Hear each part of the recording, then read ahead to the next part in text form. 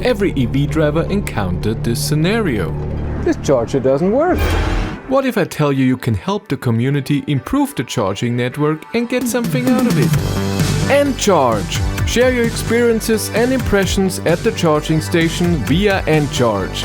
Give direct feedback, receive kilometers and stars, collect kilometers and exchange them for charging credits. Use the link in the description and get 20 kilometers for free. Good morning everyone, this is the BYD Seal All-Wheel Drive Excellence, and today we're going to do a range test with 130 kilometers an hour. Charged the car full at home, drove here, arrived with 96%. I got the state of charge is weird. I plugged in at 96% and it showed me 45 kilowatt, which is cool. Then it stayed at that 45 kilowatt and 96% for 8 minutes, and now it jumped from 96 to 99%. And now it's full. Yeah, interesting. Yeah, this car is all-wheel drive, 530 horsepower, has 19-inch wheels on it, 235s. We have a heat pump, but we don't need it today. It's warm, we need the AC. And now that I'm full, I'm gonna drive out to the highway and drive with 130 kilometers an hour GPS speed, and then arrive with above 10% because with the LFP battery, I don't trust it. I want to arrive with a higher state of charge just to be sure.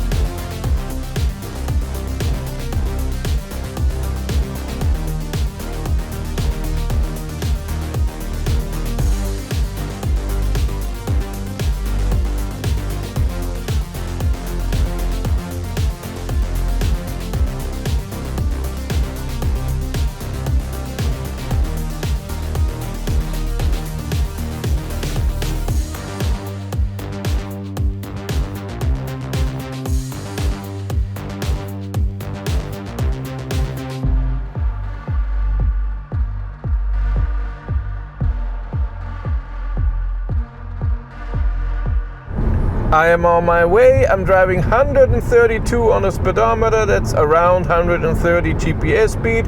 This is the head-up display that's always set. Nothing is changing. It's always this view, and unless there's the speed limit, then you can see that as well.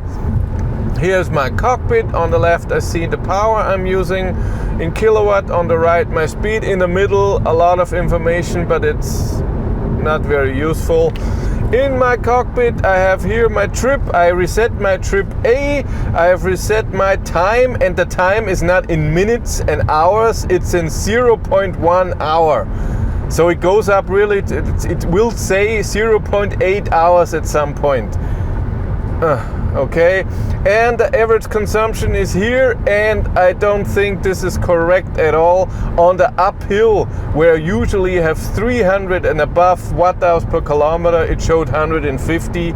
So I don't trust this consumption number at all. So we have to go with with the battery size and the range that we get, not with this. This doesn't look very good. I drove 18 kilometers so far. My AC is on 23 degrees and it's still a bit cold in here. Maybe I have to change it to 24 degrees. And for whatever reason, my steering assist is not working. I used it on the way to get to the charger. It worked all the time, was on, and now I can't switch it on. It's always off. So I cleaned the windshield. And for whatever reason now it doesn't let me turn it off on the highway, on the highway. I don't know.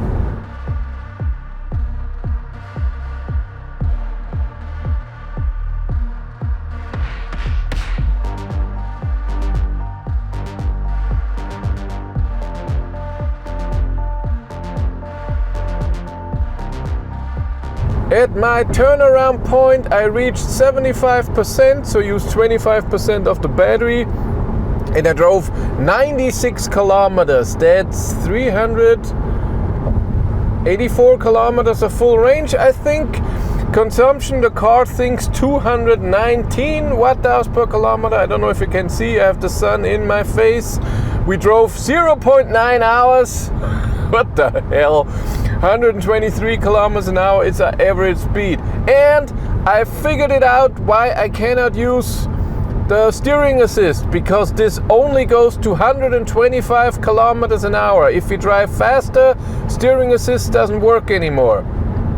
And it's not where you set your cruise control to, it's what the car is driving. So when you are driving 100 and you put your cruise control to 130, it speeds up with steering assist, and then at 125 it turns it off.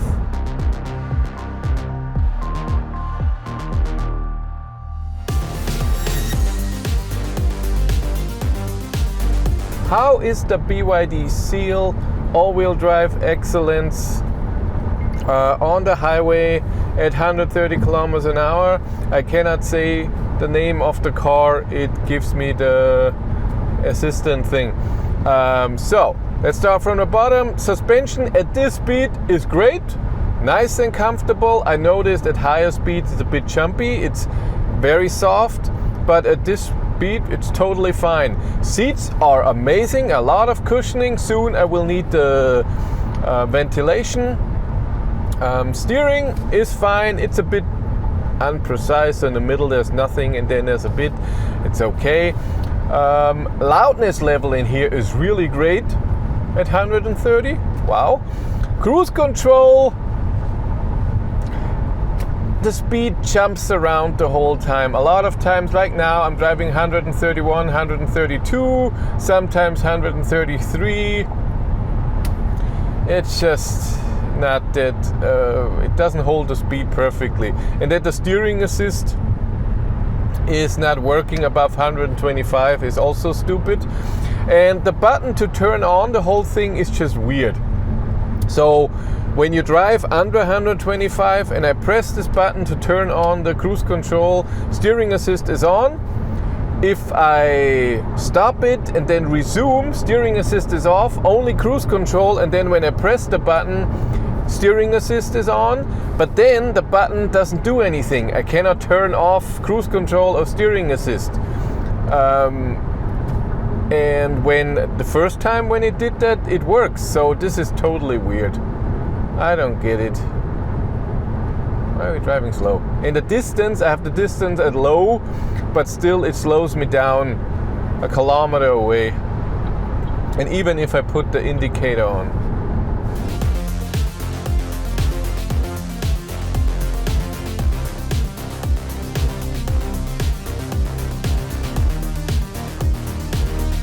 I'm at 50% and I drove 185 kilometers. That's an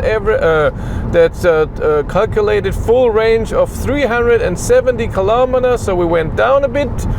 My consumption is 223 watt-hours per kilometer, but I don't know if this is correct, and I think it's only for the last 50 kilometers. So it's not for the whole trip.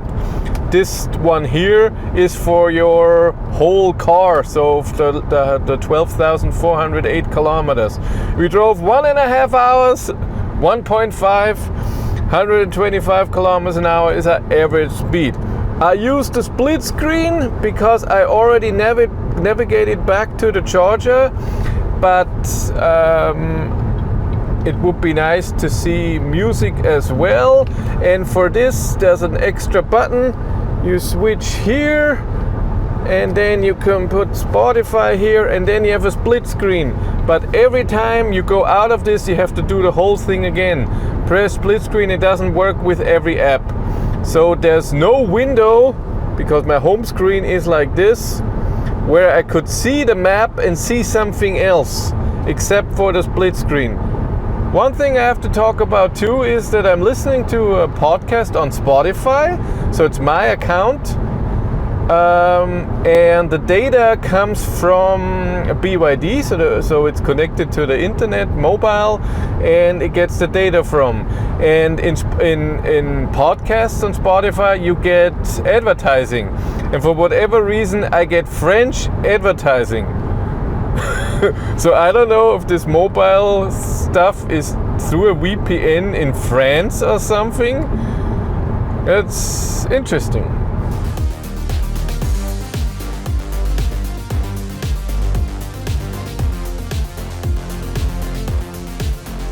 I turned around, navigated back to the charger. It says 92 kilometers to go. It thinks I will arrive with 13%. Before I turned around, it said 11%. And still I'm not so familiar with LFP batteries. I thought let's not go down too much, just to be sure.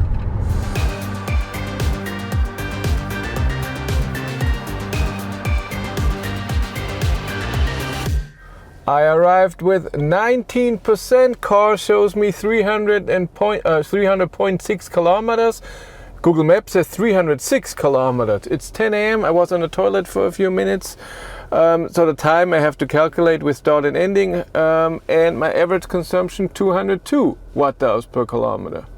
So I calculated the range and I get to 377 kilometers today in these perfect conditions with an all-wheel drive 530 horsepower car. I drove the car then down to 9% or 8%, and now doing a charging test I've seen 146 kilowatt and also 600 volt or something. We'll see how long it takes to, you don't have a charge limit, cannot set a charge limit. I want to charge to around 80, maybe 85% and see. Then we do the next range test. But the drive was great. I mean, yes, it would be nice if I could use steering assist, but it was comfortable, it was quiet, everything was nice. And here you can see the data of this drive, and if you want to compare it to other cars, in the description below is a Google Maps sheet where all my range tests are in there at 90, 110 and 130 kilometers an hour. Yeah, but I'm gonna charge now a bit and then we do the next range test. If you want to follow me on Instagram, BatteryLife1, and if you want to support the channel, there's a Patreon link in the description below, and here on YouTube there's also channel membership. And if you want to know what's happening behind the scenes, I have a third YouTube channel, Behind the Battery. But that's it for me. Thank you much for watching, have a great day and take care. Bye!